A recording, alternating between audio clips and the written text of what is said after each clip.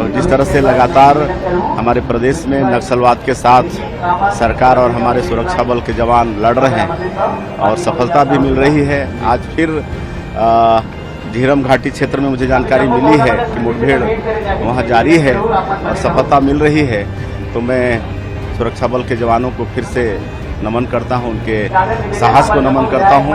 और जो माननीय गृह मंत्री अमित शाह जी का जो संकल्प है 31 मार्च 2026 तक नक्सलवाद को पूरे देश से समाप्त करना, हमको पूरा विश्वास है कि उनका संकल्प पूरा होगा।